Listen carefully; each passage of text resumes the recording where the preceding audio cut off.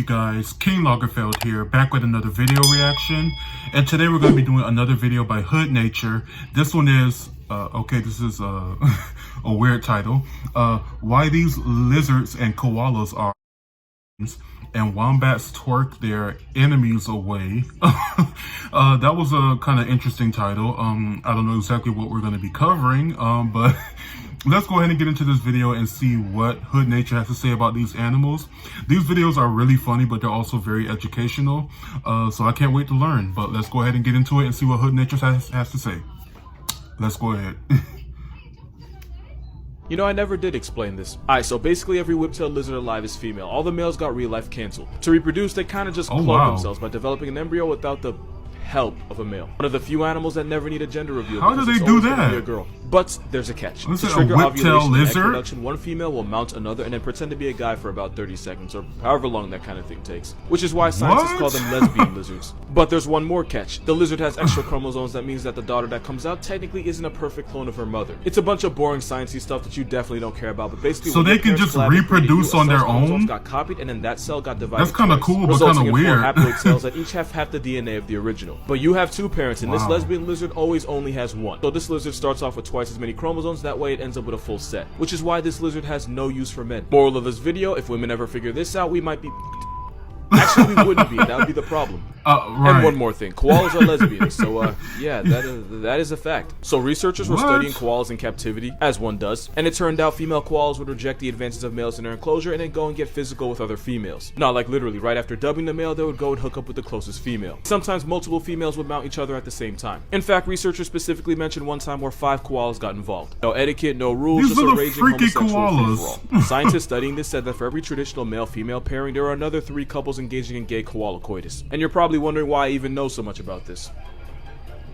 Research. According to researchers, wild koalas brought into captivity clearly displayed homosexual behavior, but it was only the females that swung both ways. But there might be a reason. Female koalas have signs when they're in heat and ready to mate. Males can't recognize those signs, so when one shoots his shot, it usually involves scratching, clawing, and a lot of screaming. Sometimes the heat koala will knock his crush out of the tree. That's not the way to get it. Since koala dating looks more like a cage fight, it's possible some females would rather focus their hormones on another female, which would explain the rampant gay koala origins. Female koalas are two-way players, and you're just gonna have to be okay with it. Australia has an animal that twerks its enemies to death, and not nearly enough people talk about it.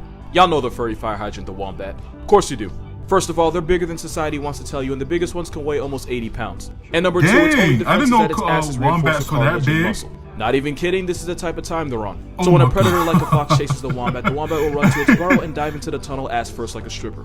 If the predator manages to force its head into the burrow, this plush bowling ball will use its backside to crush its head against the roof of the tunnel. Yep, that's right, death by twerking. They'll also throw in a few donkey kicks to the face to really hammer home the point that they are not to be f***ed with. Oh, and also they can charge you backwards with that armored ass and take both your ACLs. They're so ridiculous that if you hit one with your car, the wombat will die, and probably take your car with it. Because they're built like walking mini fridges with a low center of gravity, wombats can act as a launching ramp that can send your car off the ground with you in it. Basically, you're looking at a live-action Ewok that can fade your ass in more ways than one. Moral of this video: your chances of getting twerked to death by a wombat may be low, but they will never be zero. This animal's a lot weirder than you think. Meet the what a way to die. The Okapi, aka the reason Kevin Hart was late to work. Even though it looks like a horse appropriating zebra culture, it's actually the only living relative of the giraffe. They actually have a lot in common. They both have horns called ossicones, basically used to flex for girls. They both spread their legs to get a drink, although giraffes do it because they're tall, okapis do it because that's just who they are. And like the giraffe, the okapi has a long, dark 14-inch prehensile tongue that they use to grab leaves. They also use it as a built-in Q-tip to clean their ears. This Klondike horse is a giraffe's little cousin, but they're not little, they can weigh over 700 pounds. If you're ever in the jungles of the Congo, there's an easy way to know if one's around. Okapis have scent glands on their feet that produces a sticky tar that they mark their territory with. Follow the tar. Their fur is really cool. It's like a half horse, half zebra. That's because they were so weird looking and so painfully shy that early Europeans thought they were a mythical creature, until they were officially sighted and documented in 1902. And I don't blame them, because this honestly looks like animal casserole made from a bunch of stuff left over. And for a cousin of the giraffe, they're pretty short. If you're above the height of 5 feet, looks like a fictional character. No fact here, just a baby okapi. A photocopy, if you will. They're the national animal of the Democratic Republic of Congo, but you can also find them in the Bronx, San Diego, Denver, Dallas, Houston, and a bunch of other zoos. And if you're a 5'4" comedian, apparently on the side of the road on the way to work. Animals that make me disregard my crippling fear of the ocean and anything in it. This is a sea bunny. It's a Dorid nudibranch, basically a sea slug that looks like a cotton ball. It's covered in papillae, which not only helps it feel around, but also I'm gonna guess it's very dangerous. Those rabbit ears are actually rhinopores that help it detect chemicals in the water. And it is aggressively adorable. The sea pig. It's actually a deep sea cucumber from the Elaphopodida order. They breathe from their anus and they're built to live in the deep sea, so if you ever try to bring one out of its safe space, it will literally fall apart. They're also poisonous to eat, but come on. You can't tell me they're not cute. I mean, you could, but then your mother would have raised a liar. I don't think they're cute. Maybe I'm a liar, although I don't think that's cute. Nemo, but make it Tim Burton. They're invertebrate filter feeders found all over the world. Some of them can swim freely, but most of them just attach themselves to a rock and call it life. Also, they're called sea squirts because if you take them out of the sea, they'll squirt. And I don't know what it is about them, but yes. Also, it would be a first-degree offense if I didn't mention the skeleton panda sea squirt. I am 99% sure this is Photoshop, but that 1% is what got me out of bed this morning, so here we are. 5 things I guarantee you didn't know about gorillas. The sound of them beating their chests is something no words can possibly ever prepare you for. Whoa! Why does it sound like that? What? This 300 to 400 pound it sounds like an instrument. Is afraid of insects like caterpillars and reptiles, especially chameleons. Baby gorillas will play with almost anything but hit the brakes immediately the moment they see this. Same dude y'all thought could do something with Godzilla gets sent packing by his mini-me. Now ain't that a bit? On top of that, gorillas hate water and they really hate rain.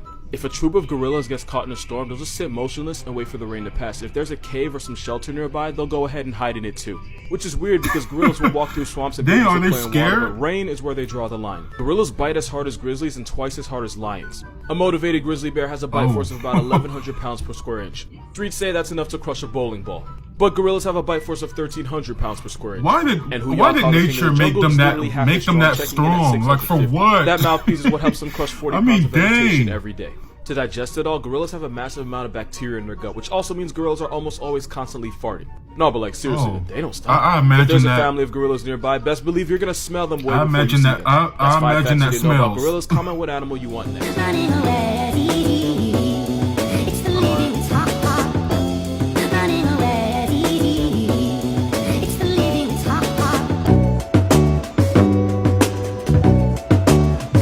Facts that nobody ever told you. Greenland sharks have been found with reindeer and polar bear remains in their stomachs, and one was even caught choking on a piece of moose off Newfoundland. U.S. Navy submarines were forced to reinforce their sonar domes with fiber. How do you get a moose in the ocean for a shark to even swallow? Statistically, you're more likely to get game over by a falling coconut how does that happen? Than an actual shark. Sharks technically have 2 of that things guys usually only have 1 of. The guy shark will use one of his 2 claspers to deliver baby makers to the female, all while holding her down by biting her hard enough to sometimes leave scars. Sharks do be freaky. Female sharks are more ran through than a yellow. These animals have a weird way of flirting. 5 different fathers. Basically, a whole starting lineup would pass the paternity test, but since there's no child support in the ocean, they chillin'. The sand tiger shark will swim around and subtract every single one of their siblings and eat them, all while still inside the mother's uterus. The baby catches multiple life sentences before he technically even starts as he puts half his family reunion on his shirt. The wild is you'll wild. Get a lot of hate for if you say it out loud. These guys deserved way better than they got. Hear me out, okay? So all we know is that their entire population got banished to the literal shadow realm, the elephant graveyard. They never really tell us why, so I'm not saying racism, but it's definitely something. Then Mr. I Can't Wait to Be King decides to deliberately disobey his father and not only trespass on their land, but insults them right to their face. And then right before the hyenas are about to exercise what Americans call stand your ground, Mufasa swoops in and just violates their entire way of life. And then he says this. I mean, right, that is true. Come near my son again. That is true. Imagine somebody's child crawls into your backyard. Your son came near them. They were at home, and Simba came to their home. Yeah, I'd be heated too. Fast forward after they help Scar come up, bro want to act different and start treating them like second-class citizens. After they turn Scar into a rogue, we never see them again. Did they get banned again? Did they starve to death? We don't know because Disney ain't tell us. And when you think about it, the only reason they went along with it that is kind of messed up now that I think about it. Hyenas deserve better. And their own movie. You will not change my mind. These are 3 ways cats finesse humanity that might be and true. got away with it. Number 1, they literally mind control us. Cats carry a parasite that's been proven to psychologically affect rats and mice, making them less fearful of cats and easier to get clapped. Normal rats will avoid areas that smell like cat or cat urine, where infected rats will give substantially less risk. But this parasite can affect humans, is believed to cause an uncontrollable attraction to cats to the point where you care for them like a crazy cat lady. And for those calling cap, up to half of God's roster can have toxoplasmosis that can even be passed from mother to child during pregnancy. They basically hypnotize their way into our home, ain't that a bit? Number 2, a cat's meow is just them manipulating us. In the wild, cats would normally never meow. It's only used for mothers and kittens to communicate with each other or for 2 cats that got separated. Basically, adult cats would never meow to another cat, but they figured out it's a because anytime a cat meows, so when a cat meows, I feel bad for them. To get your attention, and you so that's a trick, Some cats will even use a purr cry that humans humans find impossible to ignore, and that's how you know they know exactly what they're doing. Number 3, they domesticated themselves, because unlike dogs, goats, and pigs, we had no reason to domesticate them ourselves. You don't eat them, and we don't use them to hunt for food like we did with dogs, so technically there was no real reason to have them as pets. But cats saw us as free food and vibes, so they tolerated us just enough to eventually diverge from their wild relatives. Which is why an animal that never needed to be a pet is now in millions of homes around the world, and no animal has ever finessed that hard. And then they got the audacity to act like they're too good for us, like, bruh, you chose this life. There's being down bad, and there's being this beetle. So the flower beetle, right? The competition for females is so high that it causes the males to do some of the most down atrocious things I've ever heard of. Because male flower beetles are bisexual, and half the time they're mating, they're actually mounting another male. They'll even go as far as to release inside them. But there's actually a reason for this. Basically, by injecting another male with their own baby maker, if that male mates with a female, it's possible that the love of both males will get transferred.